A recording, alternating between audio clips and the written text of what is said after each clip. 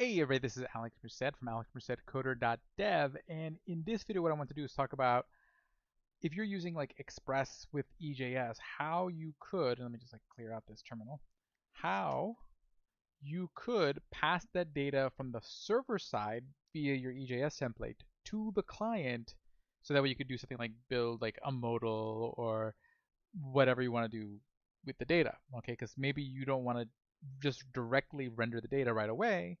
You want to, generate a bunch of like JavaScript. So let me just set up a quick view. So we're going to create a route here, app.get, we'll call it, and I'm going to put this route at the end because that's a catch-all route.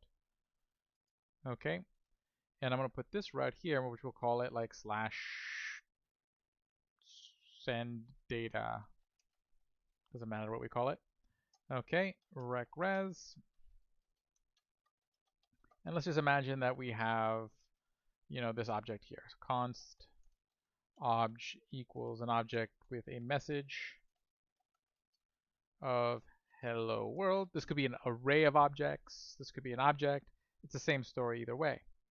So now what I'm going to do is I'm going to res.render.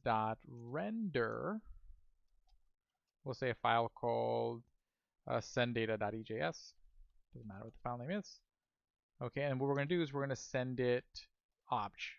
Okay, I'm going to send it, I'll just send it as obj. Okay, so I'm sending that object and as part of what I'm sending it, and I'm rendering this file. So now let me go make that file, new file, senddata.ejs. And first off, let's just show that I can render the data from that object as like an H1. Okay, H1,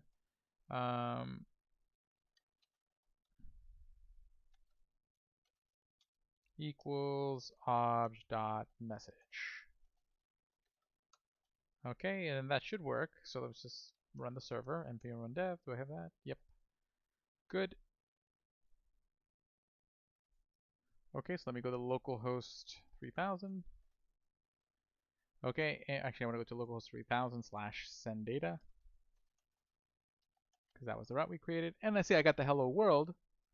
Okay, so even though I wrote obj.message, I am sending the object here. Okay, but what if I want to work with the object itself? I want the object itself available to me to write like client-side code. Okay, so let's say I would write my script tag here. So this is where I would write client-side code.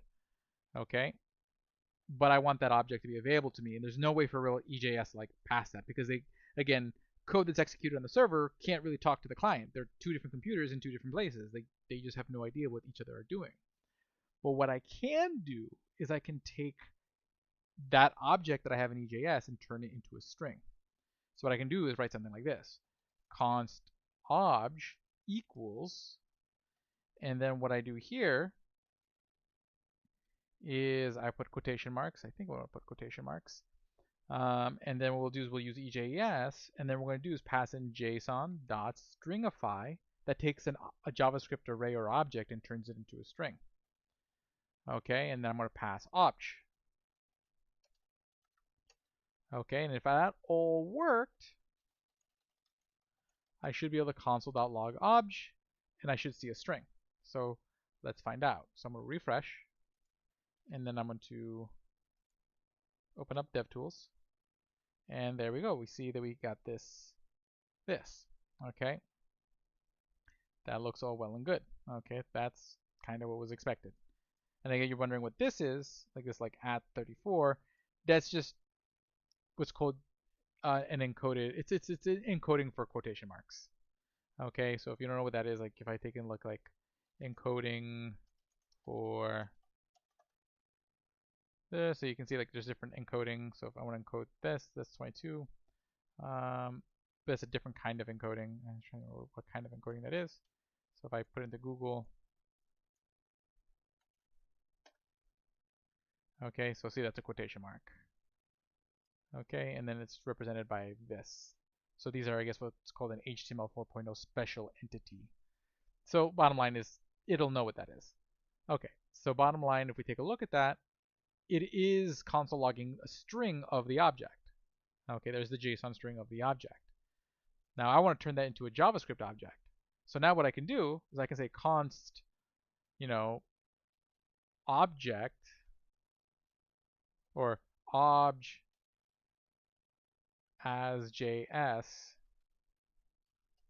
and say JSON.parse, and JSON.parse does the opposite of stringify.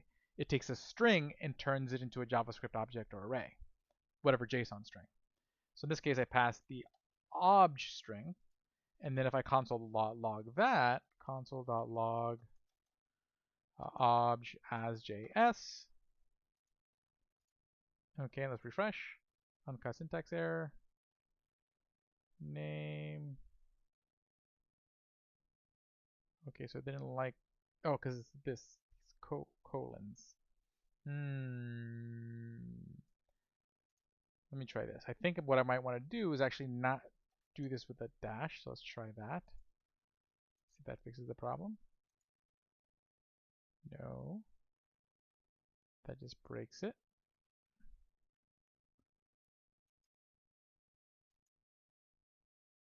Here, please enable only one version at a time.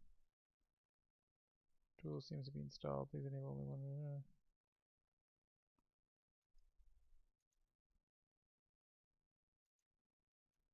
Let's see here. So not that. Okay.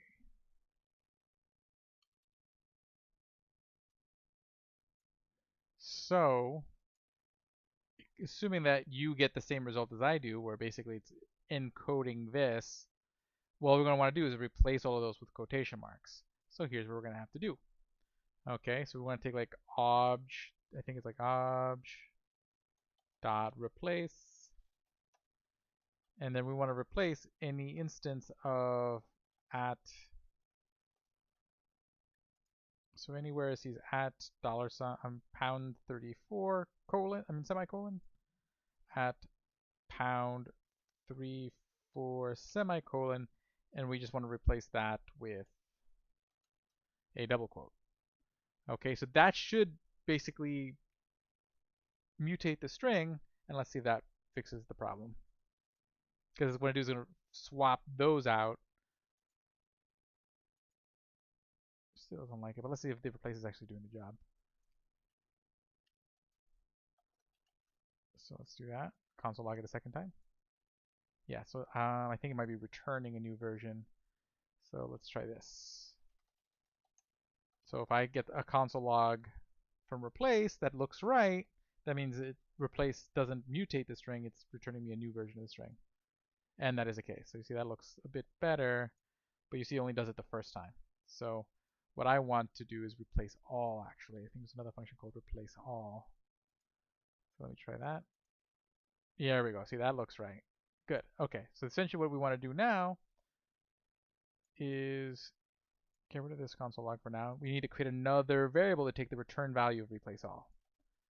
So const obj replaced, just whatever variable name, replace all.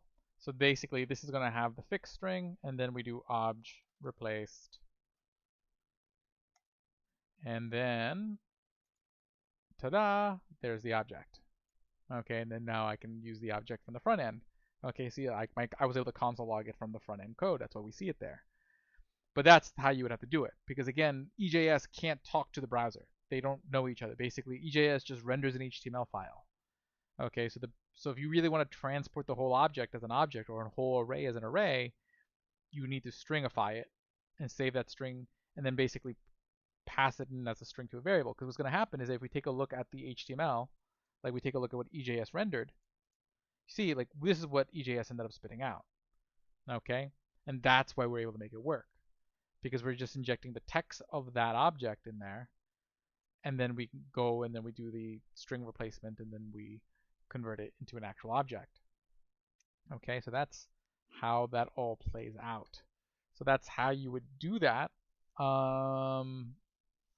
The other way you could do it, again, is you create a separate API endpoint. So you create a separate route that just sends the data as JSON, and then you do a fetch from the front end, which is generally the way it's probably typically done and probably the better way to do it, assuming you know how to use fetch.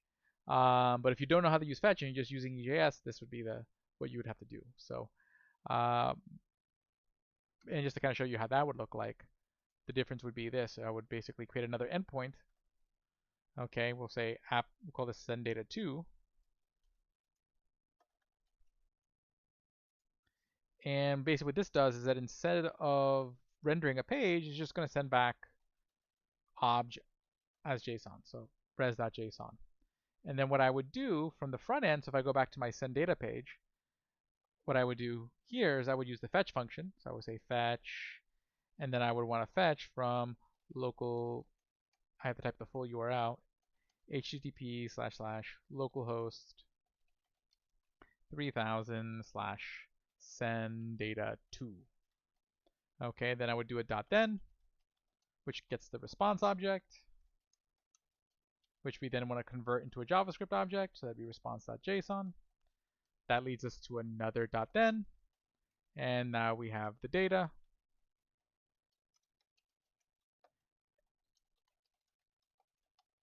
And then what I have to do is put all my code for my modal inside this .then, because that data is only going to be available inside of that .then. Okay, it's the same as like using the Ajax function in jQuery or using the Axios function. You could actually use those too. So if you're using jQuery, you could just use the Ajax function. If you prefer Axios, you can use Axios. But essentially, this would be what you would do. So now if I run, okay, if I run this code, go back to browser, I refresh, console,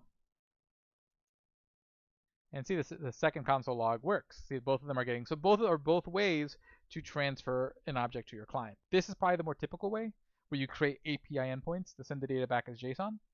But if you don't want to, you want to send it directly through the template, you would then create the JSON string and then convert the JSON string back from the client. So hopefully that helps. See you guys later. My name is Alex Merced from AlexMercedCoder.dev.